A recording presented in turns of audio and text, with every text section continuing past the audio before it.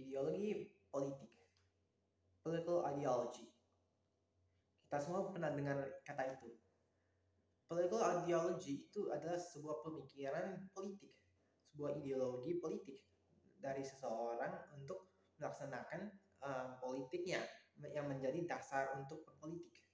Nah, di video kali ini gue bakalan jelasin apa filosofi dan ideologi politik gue.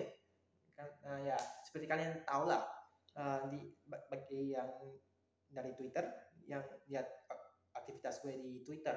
Nah, gue seorang kader Golkar nih, kader Golkar. Nah, oleh karena itu gue pasti mau ikut berpolitik. Dan pertanyaan yang paling mendasar itu adalah apa ideologi politik gue. Nah, untuk menjawab pertanyaan itu, gue bakalan jelasin pertama apa itu ideologi politik gue apa dari penjelasannya, dan apa kemudian kita bakalan masuk ke pandangan politika lagi, ekonomi, dan kemudian ke governmental atau civic issue, pandangan gue terhadap isu-isu ini. Nah, tak lama-lama lagi kita mulai dulu jelasin secara keseluruhan ideologi politik gue. Nah, secara keseluruhan seperti semua politikus di Indonesia, gue bakal menyatakan diri sebagai seorang menganut Pancasila, menganut ideologi Pancasila sebagai fondasi dan ideologi negara. Namun, tapi gue juga terus terang aja nih, gue juga bisa dibilang seorang liberal konservatif yang tradisionalis lah. Nah, kalau mungkin kedengarannya kayak apalah ini tuh kayak oksimoron gitu, kayak bertolak belakang, tapi sebenarnya enggak. Liberalisme sama konservatisme itu sebenarnya enggak bertolak belakang sih kalau menurut gue. Justru banyak orang Indo itu salah mengirakan liberalisme sama progresivisme, beda cerita itu. Progresif itu mungkin bisa liberal, tapi nggak selalu, bisa aja otoriter. Contohnya di Turki pas hari awalnya kemerdekaan itu progresif itu Turki di bawah Atatürk, tapi otoriter, gak ada liberalisme, gak ada demokrasi, otoriter. Dan begitu pun juga dengan masa-masanya Soekarno. Dia kan Marhamis, sosialis kiri, jadi progresif dong logikanya. Tapi kita tahu sendiri lah, dia kan pada dasarnya diktator karena dekret presiden, habis itu Naksakom segala macam. Jadi menjadi seorang liberal itu nggak melulu harus jadi progresif, bukan Bung? Kalau di konteks gue nih, gue adalah seorang liberal tradisionalis, liberal konservatif. Nah, apa itu? Nah, untuk menjelaskan lebih lanjut lagi, gue bakalan kasih link Wikipedia untuk lebih mudah lah, bisa dibilangnya. Kemudian kita lanjut ke filsafat ekonomi gue, pandangan ekonomi. How a society economy should be run. Bagaimana sebuah ekonomi di suatu masyarakat, sebuah negara itu harus berjalan. Nah, secara keseluruhan gue percaya pada market mechanism, mekanisme pasar. Jadi pada dasarnya ya gue pada intinya kayak your typical capitalist lah, kayak dengernya kayak free market, cut the red tape, pasar bebas segala macam. Enggak, ya iya gue memang gitu, tapi ada satu catatan, gue bukan mau laissez-faire, gue maunya social market economy, pasar sosial, ekonomi pasar sosial kayak di Jerman atau di negara-negara Nordic, the Nordic model. Nah, jadi dengan kata lain, kita memberi ruang untuk market, untuk pasar, untuk berkompetisi. Cuma kita harus mengadakan regulasi agar nggak ada yang namanya penindasan terhadap buruh, terhadap arahan, fair trade di antara kompetitor-kompetitor yang ada di sebuah pasar ekonomi. Kemudian kita juga harus mensejahterakan karyawan kita. Oleh karena itu, gue dukung adanya welfare state, negara kesejahteraan. Jadi dengan kata lain, gue mendukung ekonomi harus jalan, ekonomi harus kuat. Let the market rule, technically. Tapi harus ada regulasinya. Kenapa? Karena ya kalau kata John Maynard Keynes, it's the animal spirit yang membuat keterpurukan ekonomi yang ada di dunia. It's the animal spirit, itu jiwa-jiwa hewan yang ada di dalam kita. Jadi kita harus regulasi jiwa-jiwa hewan tersebut yang di dalam diri kita. Nah, social market economy ini udah dijalanin sebenarnya di banyak negara, dan sebenarnya Indonesia juga bisa dibilang menjalankan lah, tapi perlu dikembangkan lagi. Nah, kemudian di government issue sama civic issue, menurut gue ya seperti gue tadi bilang di awal-awal ya, di ideologi politik gue, gue mendukung ideologi politik gue itu adalah liberal. Gue liberal. Jadi menurut gue pemerintah itu harus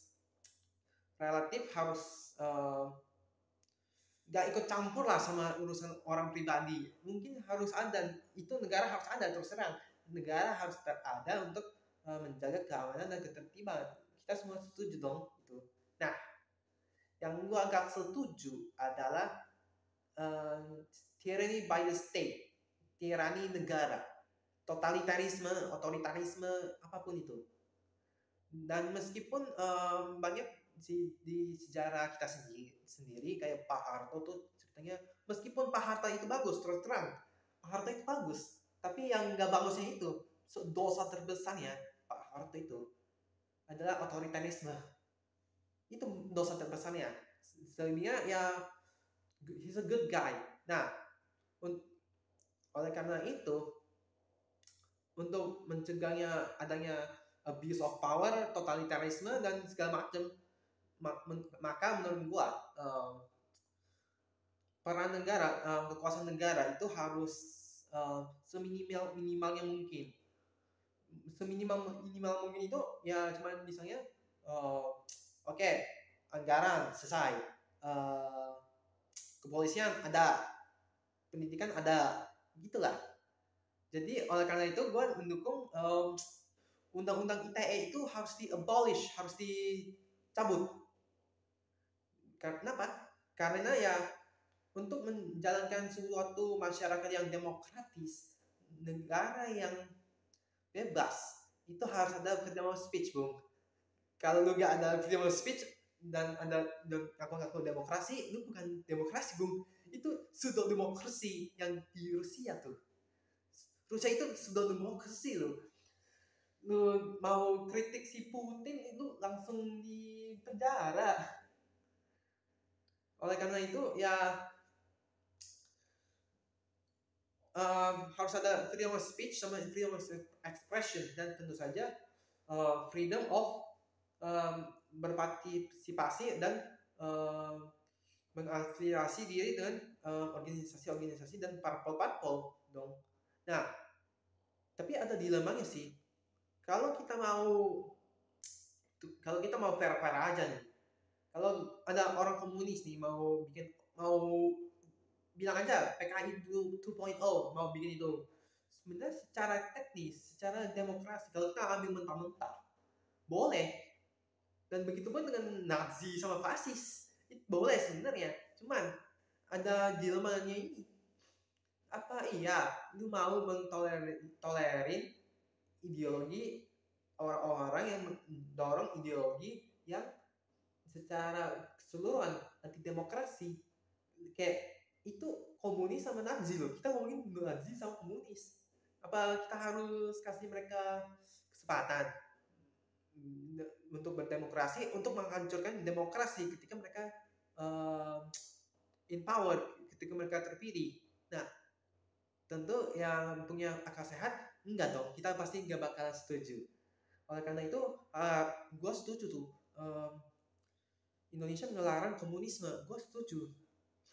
Tapi kalau menurut gue sih, ya walaupun harus, kalau menurut gue ya harus diperpanjang sampai ke fasis dan Nazi, tapi overall gue setuju. Jadi pada keseluruhannya, semua ideologi yang ada di Indonesia yang menjunjung besar demokrasi, kita kasih jalan, dan ini gue cuma ngomongin pure idealisme ya. Kalau secara politik praktis ini kita jujur-jujuran aja sih, kayaknya nggak mungkin juga sih. Ya gue maunya